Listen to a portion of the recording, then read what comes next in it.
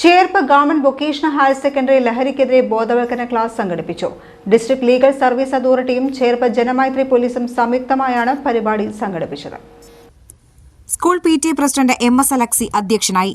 ഒരുപാട് തെറ്റായ വഴിയിലൂടെ പോയി ലഹരിക്കടിമകളായി കുടുംബത്തിന് ഉപകാരമില്ലാത്ത കുട്ടികളായി മാറുന്ന ഈ കാലഘട്ടത്തില് ഭാഗ്യവശാൽ നമ്മുടെ സ്കൂളിലെ ഒരു കുട്ടി പോലും അത്തരത്തിലില്ല എന്നുള്ള സന്തോഷത്തോടു കൂടിയിട്ടാണ് ഇവിടുത്തെ സ്റ്റുഡൻസ്, പോലീസ്, കാഡറ്റ്സും NSSഉം ഒക്കെ ആയിട്ട് ഈ സ്കൂളില് നല്ല രീതിയിൽ പ്രവർത്തിക്കുന്നതിന്റെ ഭാഗമായിട്ടാണ് ഇവിടെ ലഹരി മുക്തമായ ഒരു സ്കൂളായിട്ട് നമുക്ക് പ്രഖ്യാപിക്കാൻ കഴിയുന്നത്.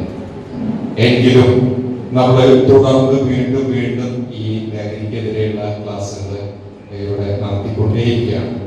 ഒരു ചെറിയ കയ്യബദ്ധം പറ്റിയാൽ മതി നമ്മുടെ കുട്ടികൾ ഇതിൽ പെടാനായിട്ട്. പ്രത്യേകിച്ച് ഉത്സവകാലൊക്കെയാണ്.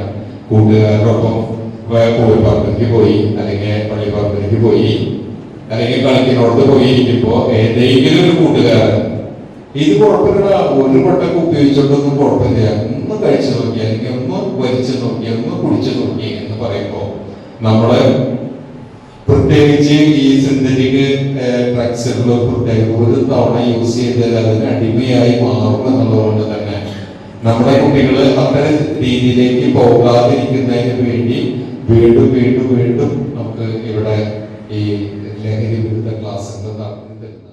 ജനമൈത്രി കോർഡിനേറ്റർ പ്രദീപ് വലിയങ്ങോട് ആമുഖ പ്രഭാഷണം നടത്തി. Sub judge and district legal service authority secretary Saritha Raveendran മുഖ്യപ്രഭാഷണം നിർവഹിച്ചു.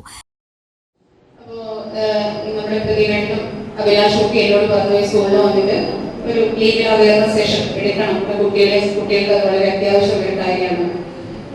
ശരിക്കും കുട്ടികൾക്കും അവരുടെ പേരൻസിനും വളരെ അത്യാവശ്യമാണ് നിയമപരമായ കാര്യങ്ങളൊക്കെ അറിഞ്ഞിരിക്കുക എന്നുള്ളത്. ഇപ്പൊ സ്കൂളിൽ നിങ്ങൾ സയൻസ് പഠിക്കുന്നുണ്ട്, നിങ്ങൾക്ക് ബേസിക് പ്രിൻസിപ്പിൾസ് ഒക്കെ അറിയാം.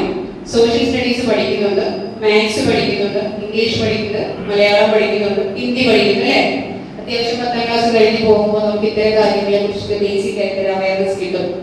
ലോ എന്ന് പറയുന്ന ഒരു സബ്ജക്ട്, അതായത് നിയമം എന്ന് പറയുന്ന ഒരു വിഷയത്തെ സംബന്ധിച്ച് സാധാരണക്കാരെ സംബന്ധിച്ചിടത്തോളം അറിയാൻ കഴിയാത്ത ഒരു വിഷയമാണ്. എന്നാൽ നമ്മുടെ നിയമം വ്യവസ്ഥ ചെയ്യുന്നത് എന്താണെന്ന് ചോദിച്ചു കഴിഞ്ഞാൽ എല്ലാവരും തന്നെ നിയമം അറിഞ്ഞിരിക്കണം എന്നാണ്. അതായത് നിയമം അറിഞ്ഞിരുന്നാൽ മാത്രമേ അത് വയലേറ്റ് ചെയ്യപ്പെടാതിരിക്കാൻ കഴിയുള്ളൂ. നമ്മൾ ചെയ്യുന്ന പ്രവൃത്തി, ഇപ്പൊ നമ്മൾ അടുത്തിരിക്കുന്ന കുട്ടിയുടെ ഒരു ബാഗ് ഒന്ന് അവരുടെ സമ്മതമോ അറിവോ ഇല്ലാതെ എടുത്തു, അല്ലെങ്കിൽ അത് ഇരിക്കുന്ന സ്ഥലത്ത് നിന്ന് ഒന്നെടുത്ത് മാറ്റി വെച്ചു, അതൊരു കുറ്റകൃത്യമല്ലേ? അല്ലേ?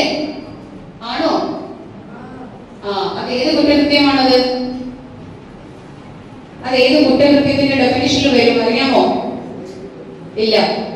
ഒരു വ്യക്തിയുടെ ഒരു വസ്തു അയാളുടെ അറിവോ സമ്മതമോ ഇല്ലാതെ നമ്മൾ അതെടുത്ത് മാറ്റുകയോ അതെടുത്ത് ഒളിപ്പിച്ചു വെക്കുകയോ ഒക്കെ ചെയ്താൽ, അല്ലെങ്കിൽ നമ്മൾ അതെടുത്ത് സ്വന്തമാക്കി കൊണ്ടുപോകുകയോ ഒക്കെ ചെയ്താൽ അതൊരു കുറ്റകൃത്യമാണ്.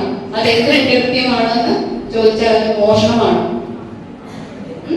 അപ്പൊ നമ്മൾക്ക് അതിന് മോഷ്ടിക്കണമെന്നൊരു ഉദ്ദേശമൊന്നുമില്ല, അതിനെ പറ്റിക്കണം എന്നുള്ള ഉദ്ദേശത്തോടു കൂടി അതിരിക്കുന്ന സ്ഥാനത്ത് ഒന്ന് എടുത്ത് ഒളിപ്പിച്ചു വെച്ചാൽ പോലും നമ്മുടെ പേരിൽ ആരോപിക്കപ്പെടുന്ന കുറ്റം എന്തായിരിക്കുന്നറിയാമോ? മോഷണമാണ്.